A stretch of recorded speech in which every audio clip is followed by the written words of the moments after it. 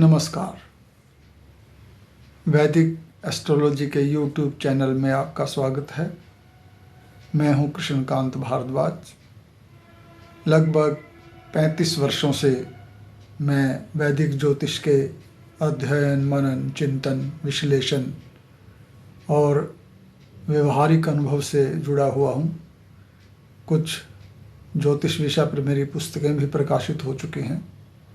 तो आज से मैं एक वीडियो श्रृंखला आपके लिए आरंभ कर रहा हूं, जिसमें ज्योतिष से जुड़े हुए जो बहुत महत्वपूर्ण विषय हैं उन पे आपसे चर्चा करूंगा। तो आज जो विषय मैंने इसके लिए चुना है वो है जन्म कुंडली में मंगलिक दोष। हम कैसे ये विचार करें, कैसे ये ज्ञात करें कि हमारी या हमारे बेटे बेटी की जन्म कुंडली में मंगलिक दोष है या नहीं है। जब हम किसी दैवज्ञ के पास अपने बेटे या बेटी की कुंडली को लेकर के जाते हैं या मिलान के लिए लेके जाते हैं, तो कुछ दैवज्ञ कहते हैं कि इसमें मंगलिक दोष है और कुछ कहते हैं कि नहीं है। तो इस वीडियो से आपको ये पूरी तरह से स्पष्ट हो जाएगा कि आपके या आपके बेटे या बेटी की कुंडली में मंगलिक दोष है या नहीं है। तो चलिए हम वीडियो को शुरू करते हैं। तो सबसे पहले ये जानना ज़रूरी है कि ये मंगलिक दोष क्या है। मंगल भी पाप ग्रह है, शनि, राहु, केतु ये भी पाप ग्रह हैं, लेकिन मंगलिक दोष जो है वो मंगल से ही संबंधित रखता है। मंगल को रक्तप्रिय, विवादी और हिंसक, दुर्घटना कराने वाला ऐसा ग्रह शास्त्रों में कहा गया है।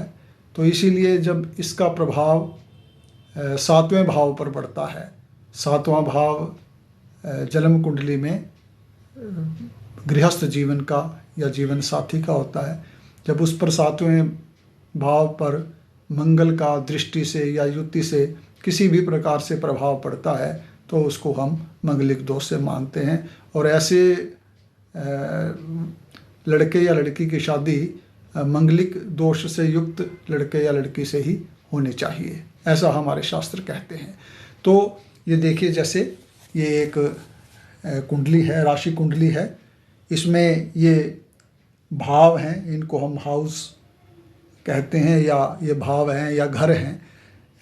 कुंडली में 12 घर होते हैं। ये पहला घर है, इसको लगन भी कहते हैं।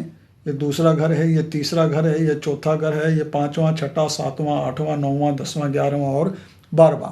तो इस प्रकार ये 12 भाव कुंडली में होते हैं।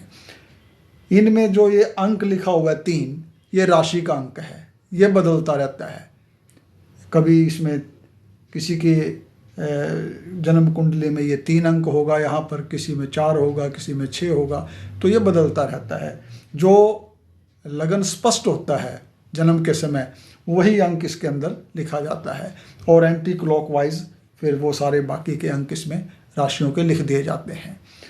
तो इसमें पहले भाव में अगर मंगल हो, या चौथे भाव में अगर मंगल हो, या 7वें भाव में अगर मंगल हो, 8वें भाव में अगर मंगल हो, या 12वें भाव में मंगल हो, तो उसको बालक को मंगलिक कहा जाता है। तो कोई भी दैवज्ञ इन भावों में देख करके किसी लड़के या लड़की को मंगलिक घोषित कर देते हैं, लेकिन ये पूर्णतः सत्य नहीं है। बहुत स्थितियां ऐसी हैं जिसमें मंगल इन भावों में होकर के भी मंगलिक दोष नहीं करता। जैसे मंगल यदि अपनी राशि का है, अपनी राशि मंगल की मेष और वृश्चिक, यानी मंगल किसी भी ऐसे भाव में, पहले, चौथे, 7वें, 8वें या 12वें भाव में मेष राशि में है, यानी वहाँ 1 अंक पड़ा हुआ है, या वृश्चिक राशि में है, यानी 8वां अंक उसमें पड़ा हुआ है, या मंगल उच्च का है, जिसमें मकर राशि में ये उच्च का होता है, तो 10वां अंक वहाँ पर पड़ा हुआ है, तो वो मंगलिक दोष से युक्त नहीं होगा।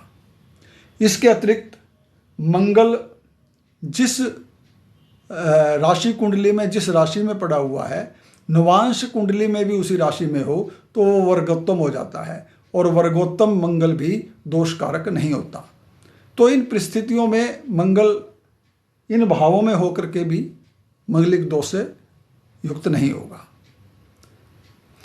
तो दूसरा जो इसमें जिसकी वजह से ये मंगल दोषकारक नहीं होता, उसमें हम ये देखते हैं कि जैसे मंगल 28 अंश का है और लगन 4 अंश का है, तो अगर लगन के अंशों में और या उस भाव के अंशों में जिसमें मंगल है और मंगल के अंशों में 15 डिग्री से ज़्यादा का अंतर है, तो मंगल अगले या पिछले भाव का फल करेगा। जैसे इस भाव में उदाहरण के तौर पर देखते हैं कि लगन 4 अंश का है, मंगल 28 अंश का है, तो 4 अंश से 15 अंश तक संधि होती है। 15 और 4 19, 19 पे जो दूसरा भाव है वो शुरू हो जाएगा। और ये मंगल 28 अंश का है, वो लिखा तो मिथुन राशि में ही जाएगा, लेकिन वो फल इस दूसरे भाव का करेगा, तो वो मंगलिक दोष उसमें नहीं रहेगा।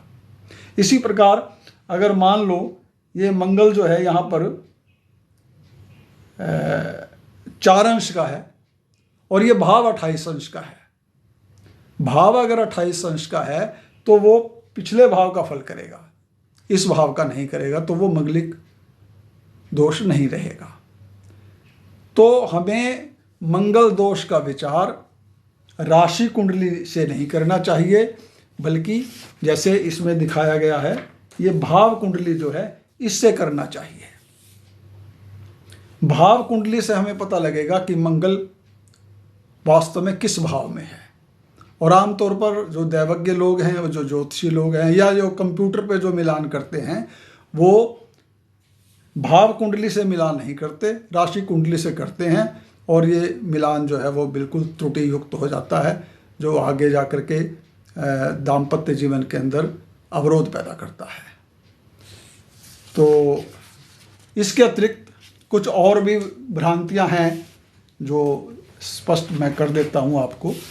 बहुत सारे दैवज्ञ ये कहते हैं कि मंगल जो है, मंगलिक दोष जो है वो 28 वर्ष की आयु तक होता है, इसके बाद मंगलिक दोष नहीं होता और उसका विचार करने की ज़रूरत नहीं होती। लेकिन ऐसा नहीं है, मंगलिक दोष जो है वो 28 वर्ष के बाद भी रहता है। क्यों? क्योंकि मंगल केवल 28वें वर्ष में ही अपना अशुभ और अशुभ फल नहीं देता, बल्कि अपनी महादशा में, अंतरदशा में, अपनी प्रत्यंतर दशा में, अपनी सूक्ष्म दशा में वो कभी भी दे सकता है। इसीलिए मंगल का जो फल है वो 28 वर्ष पे तो होता है, लेकिन इसके बाद भी हो सकता है, इसीलिए वो दोष समाप्त नहीं होता। और कुछ मुहूर्त ग्रंथों में ऐसा वर्णन है कि मंगल यदि शत्रु राशि का हो, या मंगल यदि नीच राशि का हो, या मंगल पाप ग्रहों से युक्त हो, शनि से, राहु से या केतु से युक्त हो, तो उसका दोष समाप्त हो जाता है। लेकिन ये पूर्णतया भ्रांति युक्त है और ये गलत अवधारणा है। जो हमारे ज्योतिष शास्त्र के नियम हैं वो यही कहते हैं कि कोई भी ग्रह जो नीच राशि का होता है, अस्त होता है, शत्रु राशि में होता है, पाप ग्रहों से युक्त होता है, तो उसका दोष बढ़ जाता है, दोष समाप्त नहीं होता। यदि मंगल नीच राशि का होगा, शत्रु राशि का होगा, या पाप ग्रहों से, शनि से, राहु से या केतु से युक्त होगा, तो वो और ज़्यादा मंगलिक दोष उसमें आ जाएगा। तो इसीलिए ये अवधारणा जो है बिल्कुल गलत है, और हमें जन्म कुंडली का जो मिलान है वो बिल्कुल ठीक करना चाहिए। और इन जो मैंने आपको जो इसके परिहार बताए हैं, उन परिहारों पर विचार करके ये निश्चय करना चाहिए कि ये बालक या बालिका मंगलिक दोष से युक्त है या नहीं है। इसीलिए इन चीज़ों का अगर हम विचार करेंगे तो गलत मिलान से बचेंगे और जो बच्चों का जो जीवन है उसके अंदर किसी प्रकार के गृहस्थ जीवन के अंदर कोई उनमें बाधा नहीं आएगी। तो आज आशा है कि इस वीडियो से आपको ये स्पष्ट हो गया होगा कि मंगलिक दोष क्या है और किस प्रकार उसका विचार करना चाहिए। अगले वीडियो में मैं फिर किसी नए विषय को लेकर के आपके सामने प्रस्तुत होऊंगा और इस चैनल को आप सब्सक्राइब कीजिए, ये वीडियो इसको आप लाइक कीजिए और अधिक से अधिक इसको शेयर कीजिए। नमस्कार।